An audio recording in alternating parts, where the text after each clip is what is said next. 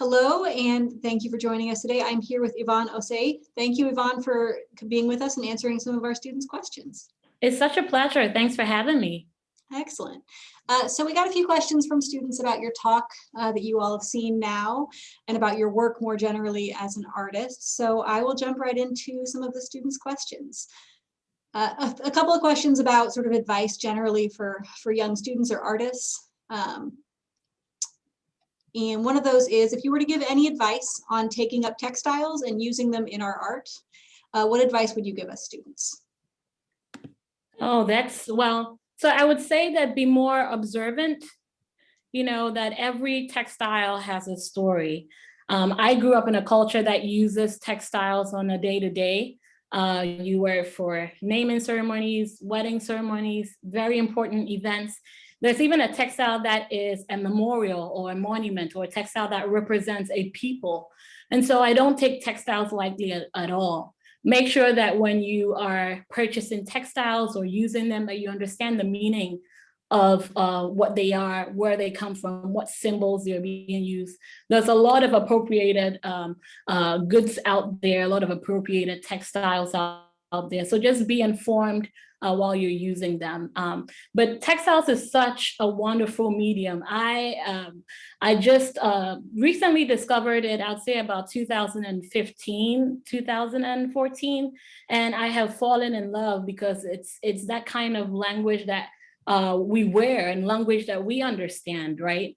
And that people can enjoy and embody a lot of times. So yes, I would say that, go endeavor, look around, be resourceful at even the application of textiles, and really be informed before you use textiles. Excellent advice. Yeah, relating to textiles and some of the work you've done with textiles specifically, how did it feel wearing the dress you made that was based on Caucasian skin tones? Oh, that was really transformative. You're talking about From Utopia with Love, where I took photographs of, it was actually a classmate of mine with her Caucasian skin, and I transformed that into textiles. I think that embodying that was really transformative.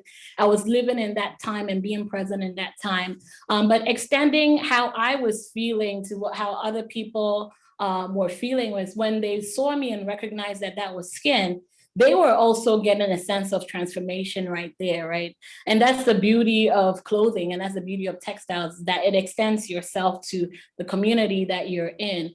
And so I will definitely say that it was a transformative experience, living in someone else's skin through clothing, right? And then being experienced by other people, being noticed by other people as well. Mm-hmm. So I'm just curious to follow up, how long and in what context were you wearing that? Or generally speaking, when you had others wearing these examples of clothing, what was the context there? Yeah, so that body of work was actually worn in different parts of St. Louis. So instead of having like the normal catwalk, that catwalk experience was brought into the streets. And so different neighborhoods in St. Louis, I had some on the streets, some in alleyways, things like that. But for when I embodied my textiles, I did a rendition in the streets, but I also brought it into a museum space. And that was the Mildred Lane Kemper Art Museum. That was where you had the catwalk in the space, but you also had it in a museum space. And so we were catwalking to drums. That was live drumming happening in the museum space. Again, really emerging of my own culture as an African woman, as a Guinean woman, as an Ashanti native, and just basically how music goes in synchrony with art and with movement, and how art is set in motion, if I may, use that term. That's great, thank you. How did you become a professional artist, and did you think about other careers? Yeah, this is a fun one. I did think of a lot of other careers. I actually thought when I was a child, I thought I was going to be a pilot.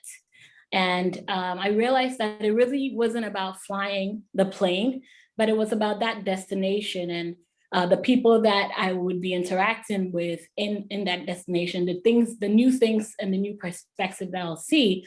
And then when I got older, I thought that I would be an architect. I actually got into an architecture graduate school, but I declined that because I realized that it wasn't about the buildings, right? But it was about the interactions happening in those spaces.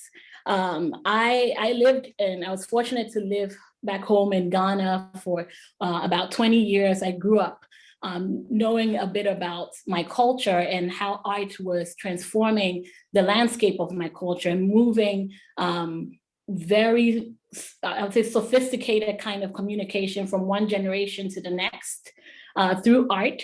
And so at a very young age, I've been really fascinated about how to express myself with art. And so growing up, I really held on to that. And I honestly do not see art as a career. I see it as a way of life. You know, it transcends the profession. It's really about being a creator. And it has no start or stop, date for me. And I would say that if you want to become an artist, you have to take that art seriously, and you have to consider it as something to be mastered, something to be revered, something to be mastered, something to be taken seriously. Excellent, thank you. One of the questions that came up related to your talk a little bit about the lens of colonialism that you experienced in your education growing up in Ghana. So to your knowledge, is history education on colonial versus pre-colonial times changing in Ghana or elsewhere? I think that times are changing. We're becoming more aware of ourselves and about history and how history is framed or how history is written and who it's in favor of. But as much as we're becoming aware, it's also a very slow process, right? And so even till today, I believe, from my best of knowledge, is that we learn more about post-colonial, about colonial than pre-colonial times.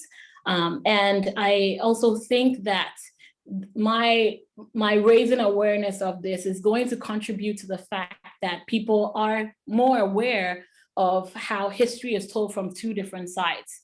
And it is what we magnify in our society that really becomes what is. And so it is my hope that this transformation, or us getting to learn about pre-colonial, what existed before colonization and even after colonization, is magnified and amplified in educational institutions back home in Ghana. Absolutely. Here too. Certainly we could think about that the way that's taught as well. And I think we are. Definitely. Relating to the project that you were doing with clothing the statues, would you be able to say more about, you made a comment about which bodies are seen as naked and which are seen as nude, and that difference in language. Would you be able to say more about that difference? Yes, so it's a really layered relationship for me, considering nudity and nakedness. I see nudity as this sort of legitimized form of nakedness in the confines of art, right? It's this sort of aestheticized form of nakedness. And when you look at historical paintings, especially in the Western art canon, you realize that nudity was used for white bodies predominantly, that even within the confines of the relationship of nudity and nakedness, there was discrimination happening to the Black body. And so when I talk about the difference between nudity and nakedness, I'm referencing that sort of racial discrimination that happened in the art canon, even in respect to what is seen as nudity. It was almost like this elevated form of nakedness. But irrespective of all of that, what Africa Clothe Me There is trying to portray here is that relationship, but also going past that to say that nudity really is nakedness. That when I decide to clothe the sculpture and I decide to unclothe the sculpture, all of a sudden we become heightened of her awareness and of her presence and of her personhood.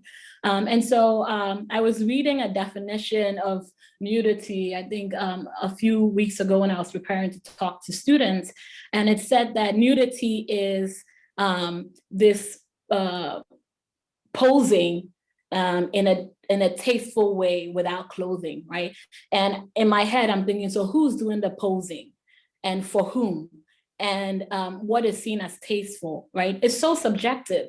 And so if we're really classifying nudity, then every body should be nude, right? Then regardless of whether you're Black or white or Hispanic, you are also seen as nudity. And so really breaking the definitions that we assign to bodies to make one body more significant than the other, and also looking at whose body is being represented and for what purpose, and who even had the authority to make that body and at what time, at a time when women didn't have rights to their own bodies, right? And why is it then placed in the open, and why are we not questioning what we're seeing or what we're interacting with on a day-to-day? So those are things that are just coming to mind, and things that I just notice in public space. Awesome, thank you. To wrap up, we have a couple of questions on sort of relating to political or social movements that have been going on recently in the news, and how you integrate that into your art.